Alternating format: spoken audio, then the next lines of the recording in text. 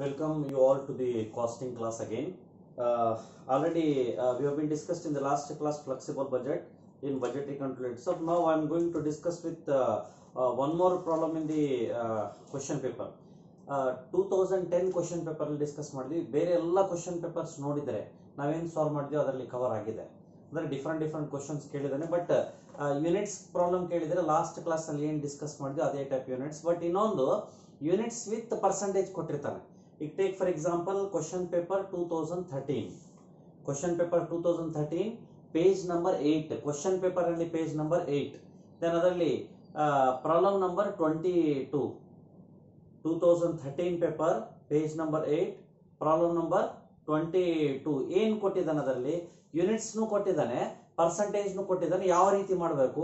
The cost of production at 60% capacity is given below. ನೋಡಿ ಅದರಲ್ಲಿ the cost of production at 60% capacity is given below. Then production at 60% capacity ಅಂದ್ರೆ given 60% ಗೆ ಅಂತ ಅರ್ಥ. But ಇಲ್ಲಿ ಕೆಳಗಡೆ ಪರ್ ಯೂನಿಟ್ ಕೊಟ್ಟನ. ಪರ್ ಯೂನಿಟ್ ಕೊಟ್ಟು ಪರ್ಸೆಂಟೇಜ್ ಕೊಟ್ಟಿದ್ರೆ ಯೂನಿಟ್ಸ್ ಕೊಟ್ಟಿದ್ರೆ ಯೂನಿಟ್ಸ್ ಕೊಟ್ಟಿದ್ದು ಎಷ್ಟು ಪರ್ಸೆಂಟೇಜ್ ಕೊಟ್ಟಿದ್ದಾನೆ ಮಲ್ಟಿಪ್ಲೈ ಮಾಡಿ ಅದೇ ಸೇಮ್. ಈಗ ಇಲ್ಲಿ 6000 ಯೂನಿಟ್ಸ್ ಅದಲ್ಲ ಅಂತ ಕೊಟ್ಟಿದ್ದಾನೆ. 6000 units, material 100 per unit, labour 40 per unit, expenditure 10 per unit. Then factory expenditure 80,000 rupees, 40% fixed, 80,000 rupees for 60% capacity. Next ಅದೇ ರೀತಿ administrative expenditure 60,000 rupees, 60% fixed. Prepare a flexible budget for production at 80% and 100% capacity ಅದಲ್ಲ ಅಂತ ಕೊಟ್ಟಿದ್ದಾನೆ. 80 and 100% calculation ಮಾಡಬೇಕು. Then ಇಲ್ಲಿ ನಮಗೆ 80% ಎಷ್ಟು units, 100% ಎಷ್ಟು ಯೂನಿಟ್ಸ್ ಬೇಕಾಗಿಲ್ಲ. ಇಲ್ಲಿ 60% ಎಷ್ಟು ಯೂನಿಟ್ಸ್ ಅಂತ ಕೊಟ್ಟಿದ್ದಾನೆ. ಆ ಬೇಸಿಸ್ ಮೇಲೆ ಅದೇ ರೀತಿ ಇಲ್ಲಿ flexible budget particulars level of capacity 60%, 80%, 100% ಅದಲ್ಲ ಅಂತ. ಅದರಲ್ಲಿ ಫಸ್ಟ್ ಫಿಕ್ಸ್ಡ್ ಎಕ್ಸ್ಪೆನ್ಸಸ್. ಇಲ್ಲಿ ಮಟೀರಿಯಲ್, ಲೇಬರ್, ದೆನ್ ಎಕ್ಸ್ಪೆಂಡಿಚರ್ ಅಂತ ಏನ್ ಕೊಟ್ಟಿದ್ದಾನೆ ವೇರಿಯಬಲ್ ನೇಚರ್, ಅದು ಇಲ್ಲಿ ಬರಲ್ಲ. Then factory expenditure part fix part variable ಅಂದ್ರೆ semi variable. Administrative part fix part variable ಅಂದ್ರೆ that also semi variable. Fixed expenditure remain nil. Then nil ಇದ್ದರೆ ಕೂಡ total A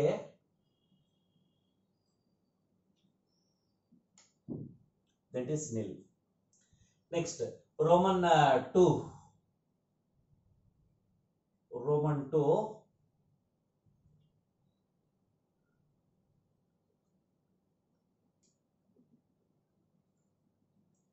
semi variable expenses. ಇದರಲ್ಲಿ ಯಾವ್ದಂತಾನ factory expenses 80,000 rupees, 40% fixed. 80,000 rupees ಅದಲ್ಲ ಅಂದ್ರೆ 80,000 rupees for 60% capacity. Then here ಇಲ್ಲಿ factory expenses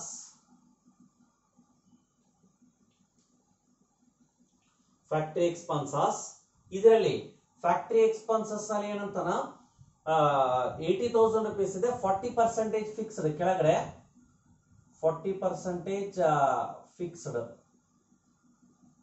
ಅಂದ್ರೆ 60% variable. 40% fix ಅಂದ್ರೆ ಎಷ್ಟು? 80,000 ಗೆ 40%. ದೆನ್ ಇಯರ್ 80,000 ಗೆ 40%, 80,000 ಗೆ 60%. ಹಾಗಾದ್ರೆ 80,000 ಗೆ 40% ಎಷ್ಟಾಗುತ್ತೆ? 32,000 ಫಿಕ್ಸ್ಡ್. ಇದು 32,000 ಫಿಕ್ಸ್ಡ್. ಅದೇ ರೀತಿ 80,000 ಇಂಟು 60%, 48,000 ಇದು ವೇರಿಯಬಲ್. 48,000 ವೇರಿಯಬಲ್. ಈಗ ಫಿಕ್ಸ್ಡ್ ಎಕ್ಸ್ಪೆಂಡಿಚರ್ ನಮಗೆ ನೇಚರ್ ಗೊತ್ತಿದೆ. Fixed expenditure remain constant. Then here 32,000 ಇಲ್ಲಿ ಕೂಡ ಲಾಸ್ಟ್ ಕೂಡ 32,000.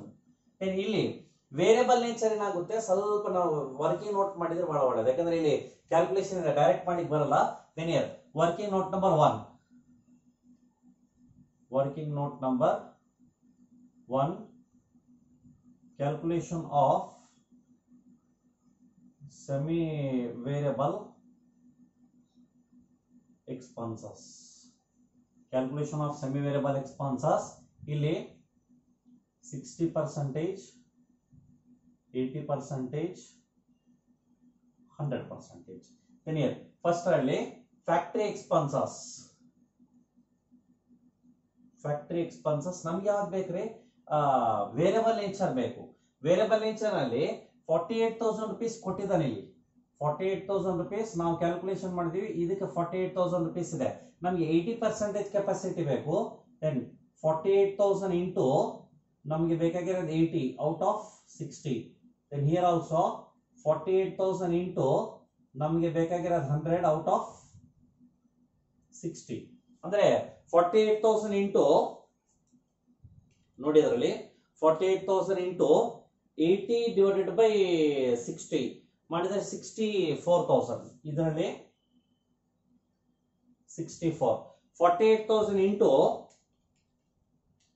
100 divided by 60, 80,000. ಇಲ್ಲಿ 64,000, ಇಲ್ಲಿ 80,000. 64,000 and 80,000 ಇದಾಯ್ತು. ನೆಕ್ಸ್ಟ್ ಫ್ಯಾಕ್ಟರಿ ಆದ್ಮೇಲೆ ಇನ್ನೊಂದು ಕೊಟ್ಟಿದ್ದಾರೆ, administrative expenses. Here administrative expenses ಅದರಲ್ಲಿ ಎಷ್ಟು ಫಿಕ್ಸ್ ಅಂತನ 60% fixed. 60% fixed. Next 40% variable. Then 60% fixed ಅಂದ್ರೆ ಎಷ್ಟಿದೆ, 60,000 ಗೆ 60%. ಬ್ರಾಕೆಟ್ ನಲ್ಲಿ 60,000 ಗೆ 60%, ಅಗೇನ್ 60,000 ಗೆ 40%. ದೆನ್ ಹಿಯರ್ ಇಲ್ಲಿ 60,000 ಗೆ 60%, 36,000. 36. ನೆಕ್ಸ್ಟ್ 24 ಆಗ್ಬೋದು. 60,000 ಗೆ 40%, 24,000. ಈಗ ಆಲ್ರೆಡಿ ನೋಡಿದ್ವಿ fixed expenditure remain constant 36 same. ಎಷ್ಟನ್ನ ಲೆವೆಲ್ ಆಫ್ ಕೆಪಾಸಿಟಿ ಆಗಿರ್ಬೋದು, ರೈಟ್. ನೆಕ್ಸ್ಟ್ ಅದಾದ ನಂತರ 24,000 ಇದಕ್ಕೆ ಕೂಡ ವರ್ಕಿಂಗ್ ನೋಟ್ ನಲ್ಲಿ ನಮ್ಗೆ ಯಾವ್ದಿದೆ, ಅಡ್ಮಿನಿಸ್ಟ್ರೇಟಿವ್ ಎಕ್ಸ್ಪೆನ್ಸಸ್ ಎಷ್ಟಿದೆ, 24,000 ಇದೆ. 60% ಗೆ ರಿಮೈನಿಂಗ್ ನಾವು ಕ್ಯಾಲ್ಕುಲೇಷನ್ ಮಾಡಬೇಕು. ದೆನ್ ಹಿಯರ್ ಇಲ್ಲಿ ಬ್ರಾಕೆಟ್ ನಲ್ಲಿ 24,000 into 80 divided by 60. Here also 24,000 into 100 divided by 60. 24,000 into 80 divided by 60 ಮಾಡಿದರೆ 32,000. Here this one is 32,000. Next 24,000 into 100 divided by 60 ಅಂದ್ರೆ ಎಷ್ಟಾಗುತ್ತೆ, 40,000. Here 32,000, here 40,000. ಇದು total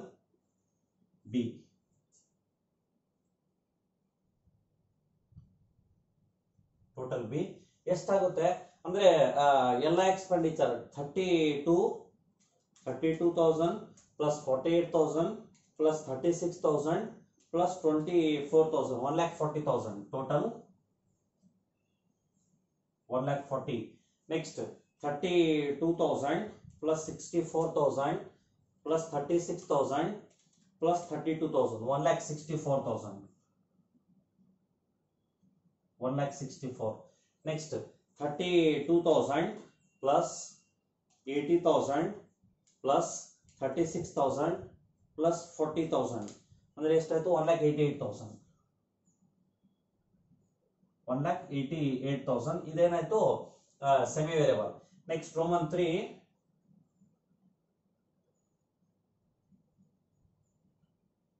variable expenses. Variable expenses ಯಾವ್ದಿದೆ variable ಅಲ್ಲಿ, material, labour and expenses ಅದೆಲ್ಲ ಅಂದ್ಕೊಟ್ಟಣ. Material,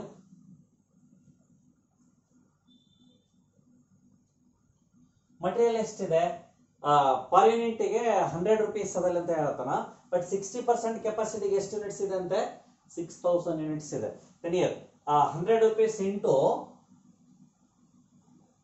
100 rupees into 6000 units. Clear. ಇಲ್ಲಿ ಇದರಲ್ಲಿ ಅಂದ್ರೆ ಅರೌಂಡ್ 6 lakh rupees ಆಗುತ್ತೆ. 6 lakh. ಅದೇ ರೀತಿ ಸೆಕೆಂಡ್ ಲೇಬರ್ 40 rupees ಇದೆ.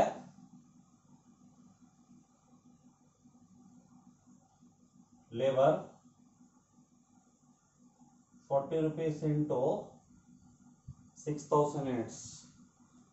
40 rupees into 6000 units, 2,40,000. 2,40,000. Next labor ಆದ್ಮೇಲೆ expenses 10 rupees ಇದೆ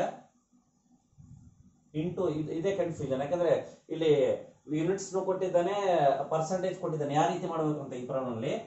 6000 into 10 ಅದಲ್ಲ ಅಂದ್ರೆ 60,000. Now we have to calculate again for what is for 80% and 100% capacity. ಇಲ್ಲಿ ಪರ್ಸೆಂಟೇಜ್ ಯೂನಿಟ್ಸ್ ಬೇಕಾಗಿಲ್ಲ. 80% ಎಷ್ಟು ಯೂನಿಟ್ಸ್, 100% ಎಷ್ಟು ಯೂನಿಟ್ಸ್ ಅಂತ ಯೂನಿಟ್ಸ್ ಬೇಕಾಗಿಲ್ಲ.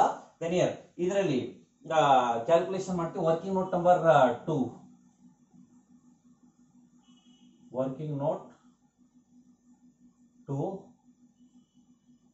calculation of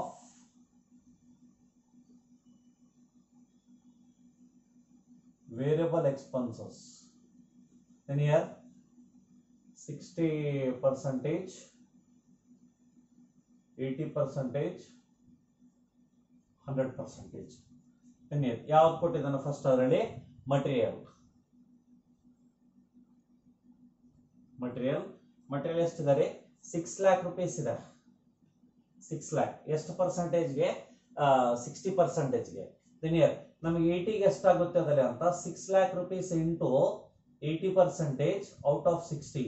then 6 lakh rupees into 100% out of 60.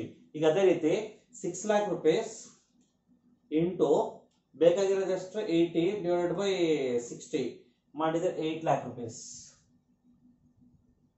8 lakh. ಅದೇ ರೀತಿ 6 lakh rupees into 100 divided by 60 ಅಂದ್ರೆ 10 lakh rupees. Here 10 lakh. Next material ಆದ್ಮೇಲೆ ಲೇಬರ್ ನಲ್ಲಿ 2,40,000 rupees ಇದೆ. 2,40,000. Then 2,40,000 into ಬೇಕಾಗಿರೋದು 80 divided by 60. ಅಗೇನ್ 2,40,000 into ಬೇಕಾಗಿರೋದು 100 divided by 60. Then here 2,40,000 into 80 divided by 60, 3,20,000.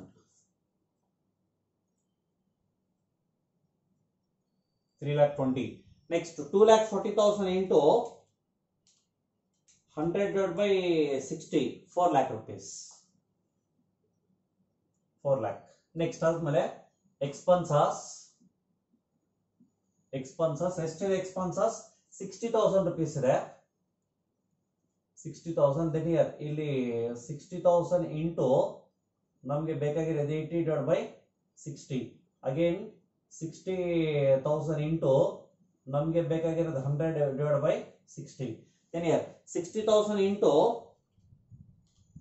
80 divided by 60 ಎಷ್ಟಾಗುತ್ತೆ 80,000. Next 60,000 into 100 divided by 60 ಎಷ್ಟಾಗುತ್ತೆ 1 lakh rupees. 1 lakh. then here ಇಲ್ಲಿ 6 lakh rupees ಆಯ್ತು. 8 lakh. Last one is 10 lakh. Next ಅದೇ ರೀತಿ labour ನಲ್ಲಿ 2,40,000, 3,20,000, 4 lakh. Next 60,000 ಇದೆ. 80,000 1 lakh. Then this is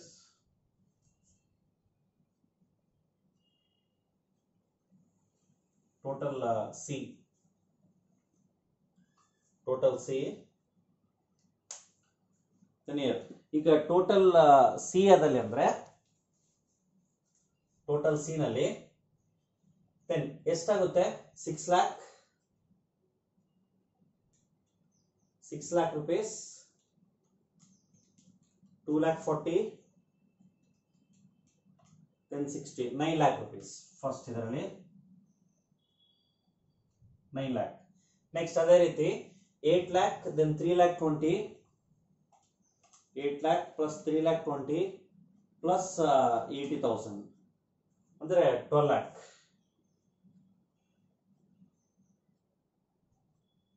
12 lakh.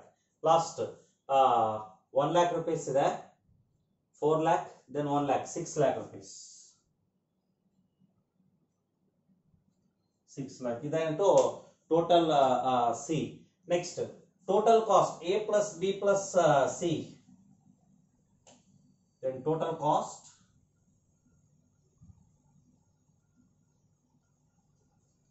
in bracket a plus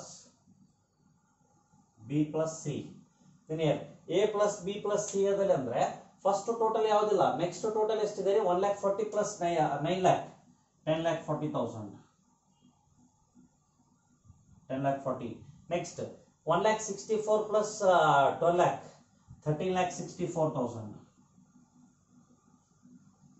13,64,000. next 1,88,000 plus 6 lakh, 7,88,000.